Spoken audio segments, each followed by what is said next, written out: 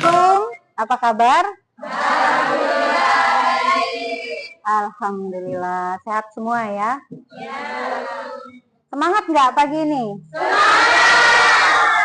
Harus semangat ya? Karena orang pintar tidak akan sukses dan tidak akan berhasil kalau dia tidak belajar dan malas atau tidak semangat dalam belajar. Oke, kita absen dulu ya.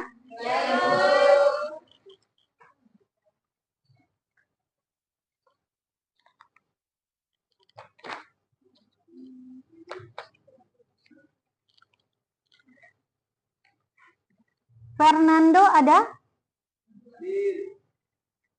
Kurnia Ramadhani? Hadir ya. Muhammad Miftahul Khairi? Nanda Yuli Sapitri? Fatul Mubarak?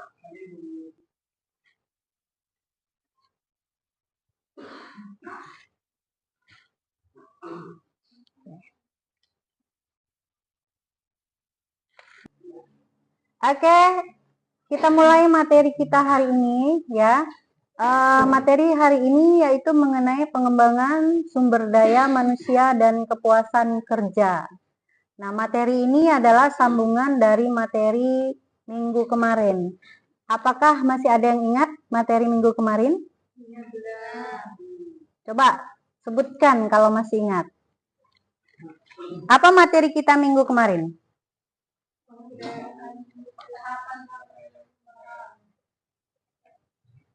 Ada yang tahu apa materi kita minggu kemarin? Silakan Mega. Seleksi dan rekrutmen. Coba Ibu pengen kalian mengingat kembali pembelajaran kita minggu kemarin. Siapa yang bisa membedakan antara rekrutmen dengan seleksi? Atau seleksi dengan rekrutmen? Menjelaskan kembali atau membedakan apa itu rekrutmen dan apa itu seleksi? Silakan Khairi. Menurut kami Bud, perbedaan antara seleksi dan rekrutmen itu menarik sumber daya yang ada, dan kalau sedangkan seleksi itu memilih sumber daya yang akan masuk ke dalam sebuah lembaga atau organisasi. Oke, jadi itulah kilasan sedikit tentang materi kita minggu kemarin. Sekarang kita masuk materi kita yang untuk minggu ini, yaitu mengenai pengembangan sumber daya manusia dan kepuasan kerja. Nah, di sini sebelum kita masuk materi, ada beberapa hal yang akan Ibu sampaikan. Yang pertama, yaitu mengenai cakupan pembelajaran. Nah, cakupan pembelajaran yang akan kita pelajari untuk materi minggu ini, yang pertama itu adalah pengertian dari pengembangan SDM atau sumber daya manusia, kemudian tujuan dan strategi pengembangan sumber daya manusia, kemudian yang ketiga, proses pengembangan sumber daya manusia, keempat, pengertian dan faktor kepuasan kerja, kelima, yaitu hubungan pengembangan SDM dengan kepuasan kerja. Apa hubungannya ya antara pengembangan SDM dengan kepuasan kerja? Terus yang terakhir itu implikasi dalam organisasi pendidikan itu seperti apa? Nah, ini adalah cakupan pembelajaran kita untuk materi minggu ini. Sementara untuk tujuan pembelajarannya ya, dari pembelajaran untuk minggu ini diharapkan nanti kita semua, khususnya kalian para mahasiswa, itu pertama bisa menjelaskan atau mampu menjelaskan konsep pengembangan SDM dan kepuasan kerja. Kemudian tujuan yang kedua itu adalah bisa menganalisis hubungan antara pengembangan sumber daya manusia dan kepuasan kerja. Tujuan yang ketiga, kalian diharapkan atau mahasiswa diharapkan mampu menilai dampak pengembangan sumber daya manusia terhadap organisasi pendidikan. Yang terakhir itu adalah menerapkan pengembangan sumber daya manusia untuk meningkatkan kepuasan kerja. Kita berbicara mengenai pengertian dari pengembangan sumber daya manusia. Ada banyak sekali pengertian dari sumber daya manusia. Di sini Ibu terangkan satu ya. Pengembangan sumber daya manusia itu adalah proses peningkatan kemampuan, keterampilan, dan pengetahuan karyawan atau SDM melalui pelatihan, pendidikan, dan pengalaman kerja. Nah, Jadi pengembangan sumber daya manusia ini adalah bagaimana cara sebuah perusahaan atau lembaga atau organisasi itu mengembangkan sumber daya manusia itu melalui bisa pelatihan ya, kemudian bisa pendidikan atau dari pengalaman-pengalaman kerja yang sudah diterimanya. Ya. Nah, itu adalah pengertian dari SDM, pengembangan SDM. Kemudian kita masuk ke tujuan pengembangan sumber daya manusia. Tujuan pengembangan sumber daya manusia itu yang pertama itu adalah untuk meningkatkan keterampilan. Ya, maksudnya apa ya? Di sini yang dilakukan adalah melakukan proses sistematis untuk meningkatkan keterampilan pengetahuan dan kapabilitas karyawan atau sumber daya manusianya. Kemudian tujuan yang kedua itu adalah untuk peningkatan kinerja. Ya, apa itu? Tujuan utama dari peningkatan kinerja adalah untuk peningkatan kinerja dan adaptasi terhadap perubahan. Karena apabila ada perubahan di segi kebijakan, ya, itu otomatis nanti berubah di tingkat kinerja. Nanti ada hubungannya ya. Kemudian yang ketiga itu adalah tujuannya untuk membangun pemimpin. Ya, maksudnya membangun pemimpin masa depan dan mengurangi tingkat turnover karyawan sehingga 50%. Nah, itu adalah tujuan dari pengembangan SDM. Kemudian materi berikutnya yaitu strategi pengembangan SDM. Strategi pengembangan SDM ini adalah bagaimana cara atau metode dari sebuah lembaga atau organisasi mengembangkan sumber daya manusianya supaya kinerjanya maksimal atau efisien. Ada 5 di sini ya. Pertama itu melalui pelatihan atau training. Ya, yang kedua itu melalui pembinaan atau coaching. Yang ketiga melalui mentoring. Yang keempat itu melalui rotasi kerja. Yang terakhir melalui e-learning. Ya. Nah, kalau kita lihat apa itu pelatihan? Pelatihan di sini ya meliputi on the job training 70% itu melalui pengalaman langsung. Kemudian off the job training itu melalui seksi kelas, workshop, simulasi. Ya. Kemudian yang kedua, kalau coaching ya, itu adalah pendekatan 1-on-1 ya, 1 dengan 1 ya, yang terfokus pada peningkatan kinerja spesifik, pengembangan keterampilan dan pemecahan masalah. Maksudnya di sini adalah pendekatan yang dilakukan per individu. Ya. Kemudian mentoring adalah bimbingan karir jangka panjang dan individu senior atau berpengalaman atau membimbing pengembangan profesional dan pribadi. Biasanya kalau kita kerja itu biasanya salah satu cara untuk pengembangan SDM adalah mentoring dari senior ke junior, ya. Nah, kemudian yang keempat rotasi kerja. Rotasi kerja ini adanya perubahan-perubahan mutasi-mutasi kerja ya. Memberikan SDM itu pengalaman lintas fungsi atau departemen, mendorong pengembangan menyeluruh dan pemahaman organisasi. Terakhir ada e-learning. Nah, ini adalah strategi pengembangan dari sumber daya manusia. Kemudian pengertian kepuasan kerja ya. Kepuasan kerja itu adalah salah satu indikator kunci kesehatan organisasi dan produktivitas karyawan. Ya. Pengertian berikutnya ada yang mengatakan kepuasan kerja adalah perasaan positif atau negatif seseorang terhadap pekerjaannya berdasarkan persepsi atau pemenuhan kerja.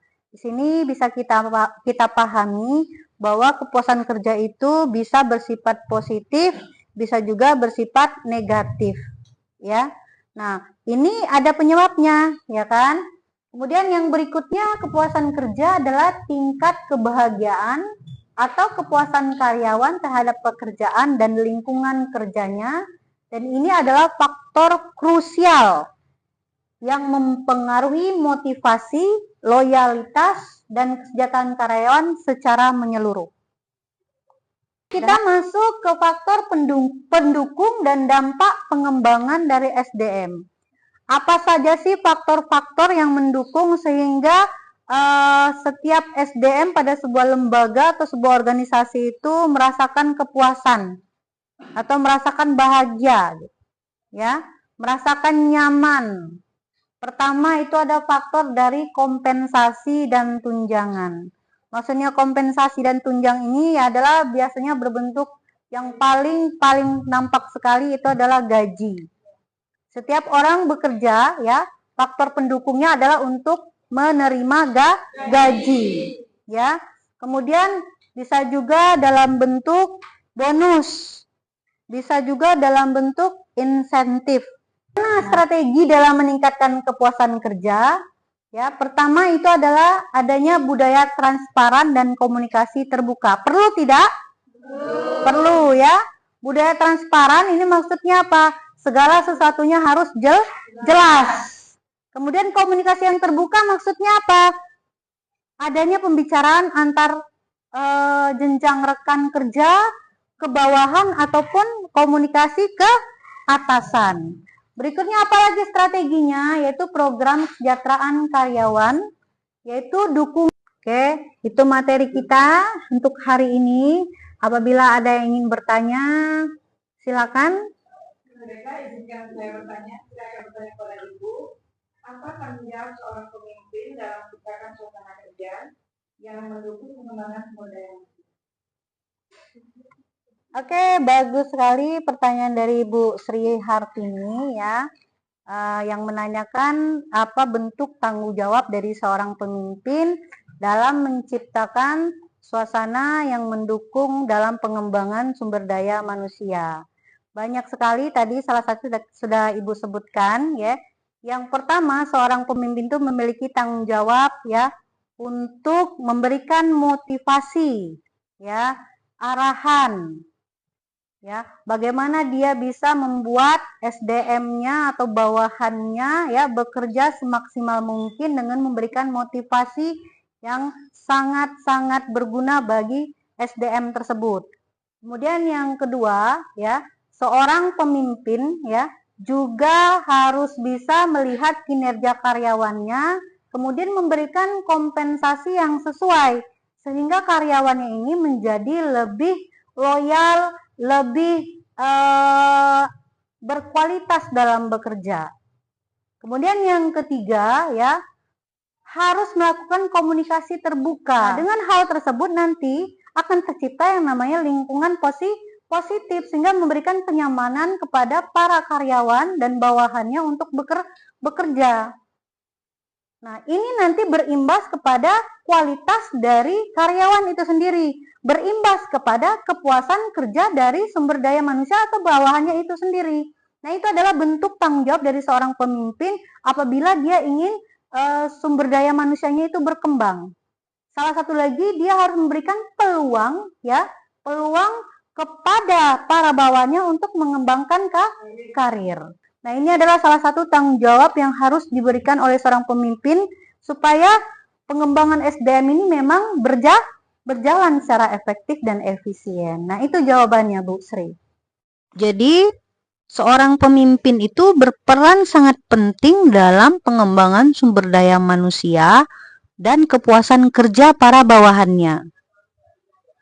Tentu saja para pemimpin ini dituntut untuk bisa bersikap adil, berimbang, harus mampu menyalurkan semangat toleransi, berpikir kritis, menghargai perbedaan, dan yang paling penting, seorang pemimpin harus bisa menciptakan damai dalam lingkungan kerjanya sehingga terciptalah hubungan yang sangat harmonis untuk semua sumber daya manusia yang ada di dalam lembaga tersebut.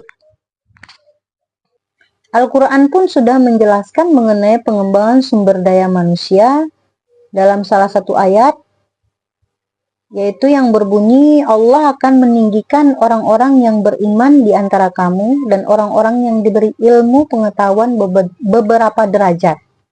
Relevansinya yaitu pengembangan sumber daya manusia adalah bentuk penghormatan terhadap ilmu dan adanya peningkatan derajat manusia. Oke, ada pertanyaan lain? Atau cukup dipahami? Cukup dipahami. Alhamdulillah, kalau memang sudah cukup dipahami, Ya, nanti Ibu akan memberikan tugas, silakan nanti tugasnya dicari di rumah ya, boleh kerjakan secara individu ataupun kelompok. Oke. Nah, untuk hari ini cukup sampai di sini ya. Untuk mengambil berkah dan barokah pembelajaran kita hari ini, mari sama-sama kita ucapkan hamdalah. Alhamdulillahirabbil alamin. Ibu akhiri wabillahi taufik wal hidayah. Wassalamualaikum warahmatullahi wabarakatuh. Waalaikumsalam.